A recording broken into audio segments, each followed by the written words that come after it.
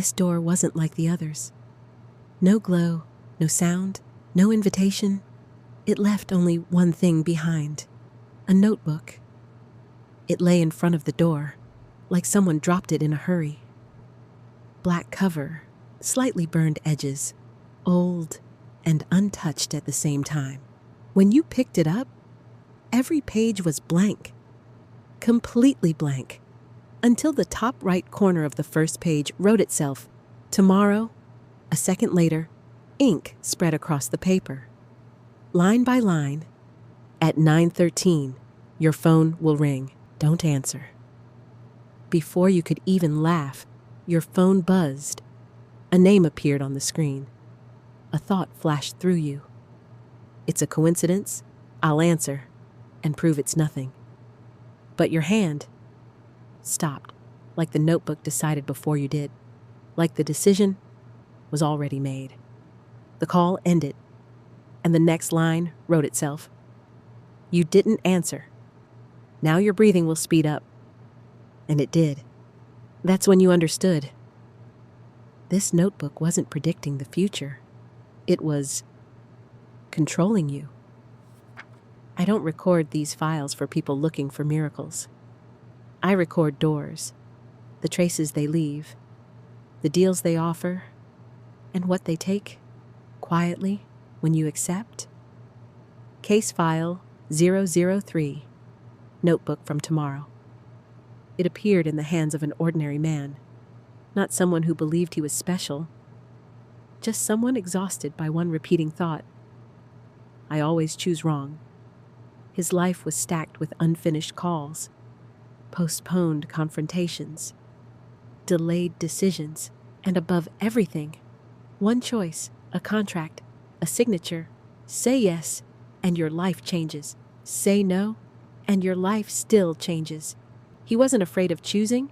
He was tired of carrying consequences. And that's why the notebook found him. Because some doors don't ask for money.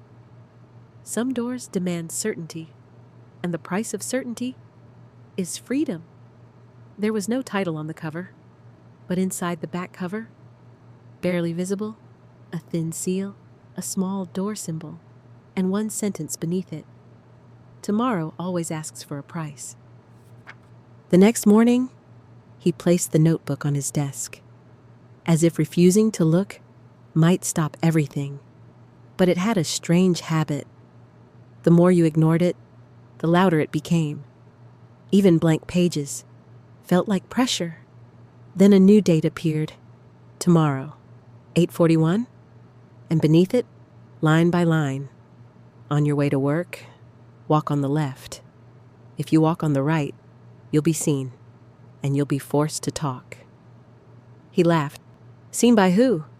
But the words, forced to talk, tightened in his throat. Because there was someone on that route. Someone he'd avoided for months.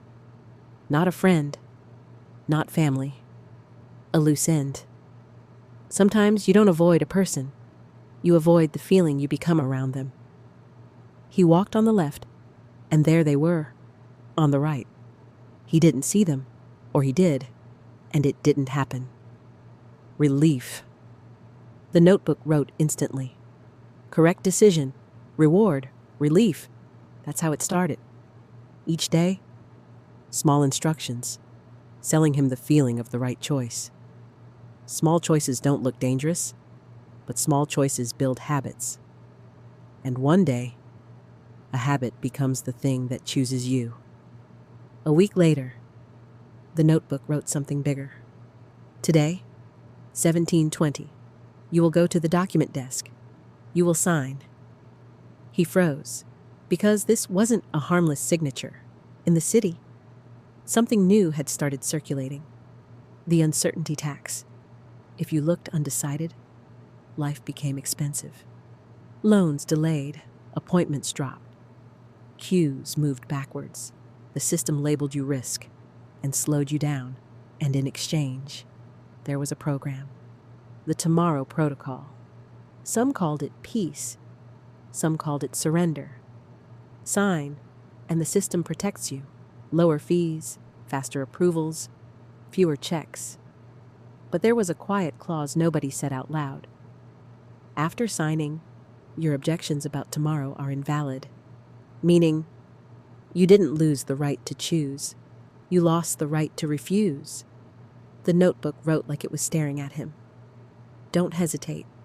Hesitation? Penalty? The pages stopped staying blank. Every morning, a new tomorrow. And every tomorrow whispered the same command. Don't think. Execute. Thinking brings responsibility. Executing brings relief, because it feels like you're just moving. He became dependent. What to wear, who to message, which words to say. The notebook felt like help, until one morning it wrote, tomorrow, you will burn someone. You will write a report. You will assign the name. He stared. What? The notebook continued, calm as a machine. The system doesn't love the undecided. To close uncertainty, it needs a responsible party. He understood. This notebook wasn't selling decisions. It was sending them somewhere. Somewhere above everything. Unseen, but present. He felt real fear for the first time, because this decision didn't cut his life. It cut someone else's. The notebook sharpened. Either you choose, or the system chooses. If you don't choose, it will choose you. That day, he didn't write the report, and the system chose him. No shouting, no threats, just one sentence, politely delivered. Your uncertainty indicators have risen. That night, something was taken from him. Not money, time. The next morning, appointments were gone. Queue position dropped. A credit request entered review. The notebook wrote immediately, do you see? Obedience brings comfort. Then the hardest line, tomorrow, 1720, the signature. If you don't sign, you won't pay in money. You'll pay in speed. That's how anti-utopias work.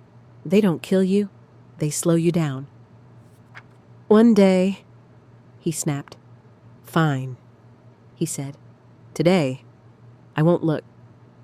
He locked the notebook in a drawer, turned the key. The first hours felt strangely normal until he walked outside and felt weight in his pocket. He reached in. The notebook was there. No broken lock, no forced drawer. Yet the notebook was in his pocket. It opened on its own. This time, the date wasn't tomorrow. Today, and beneath it, one sentence. Escape attempt failed. His throat tightened. Another line appeared. This notebook is not an object. It is your decision-making system, externalized. He turned the page. On the last page, there was handwriting, his handwriting. But he had never written it. It said, if you're reading this, you already started. That was the twist. The notebook wasn't writing the future. It was turning him into an addict for certainty. And through that addiction, it was binding him to a structure. Door, seal, protocol, notebook, different faces of the same thing, the Tomorrow Bureau. Not built to manage the future, built to manage people. Because people want to know what happens next. And people who need to know, obey.